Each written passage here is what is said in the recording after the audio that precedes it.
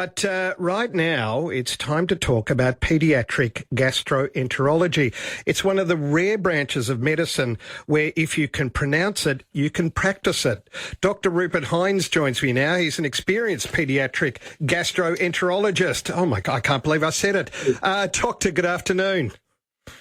Yeah, hi. How are you today? Very well. Well, the reason we're having a chat is because of the proliferation of electronic devices that we have in our homes means that there is now more than any other time, I'd argue, a danger if you have small children that they can accidentally ingest a battery. And I would imagine you have seen a raft of these and it's a serious problem. No, you're absolutely right. It is a very serious and common problem, actually. About 20 to 30 kids every week will walk through the doors of emergency departments across Australia with potential swallowed button batteries. Wow.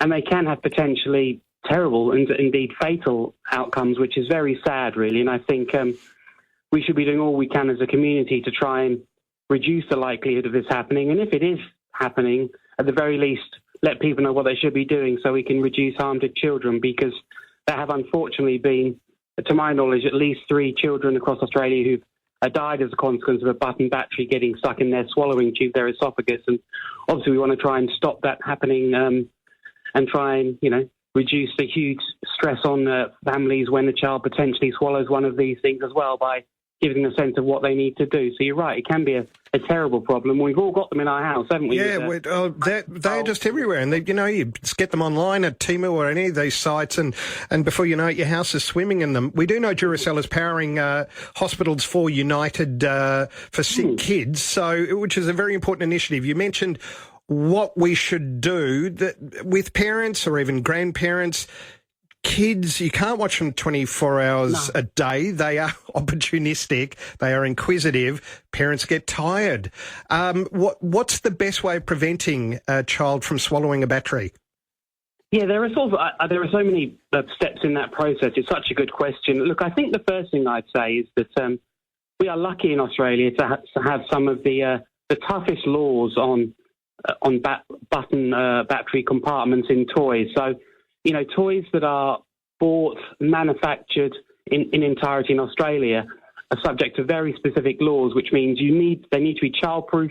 You need a device to remove it. Can I say it's important to acknowledge the people who did that. There was incredible in tragedy to do those things. Yeah. It's a bit like Neil Danaher, but there was a mother called Alison Burns who lost her child to a button battery, who then set up a parental support group and lobbied the government. So essentially, it was her who was the driver to basically having, within Australia, the best and the safest compartmentalisation of button batteries in toys and devices in the world. We are world leaders here in Australia. The problem, as you've alluded to, is that's all well and good for the stuff made over here. But all of us, I'm sure, see those packages coming from overseas, from Temu or whatever else, and they are not constrained by the same results. So it is a concern, really. So obviously there are things that probably we can think of, which is to try and ensure that those sort of devices with button batteries are, not within kids' view, but you can't always do that. And I think that the key message for parents is, parents do a great job of advocating for their kids. So if you're a parent and you've got any doubt, any suspicion, any concern that your child may have swallowed something, and particularly a younger child, anything, because the little kid can't say what they swallowed. No. You take that kid to emergency. You don't leave that emergency until your son or daughter's been X-rayed and someone's told you it's definitively not there. So I think great advice, I must say, because they will stick anything into their gobs for a while. Dr. Rupert Hines, experienced paediatric gastroenterologist at Monash Children's Hospital. I appreciate your time this afternoon. Thank you. You can buy any Duracell pack and 20 cents will be donated to Hospitals United for Sick Kids, helping fund projects and treatments that help sick kids get home.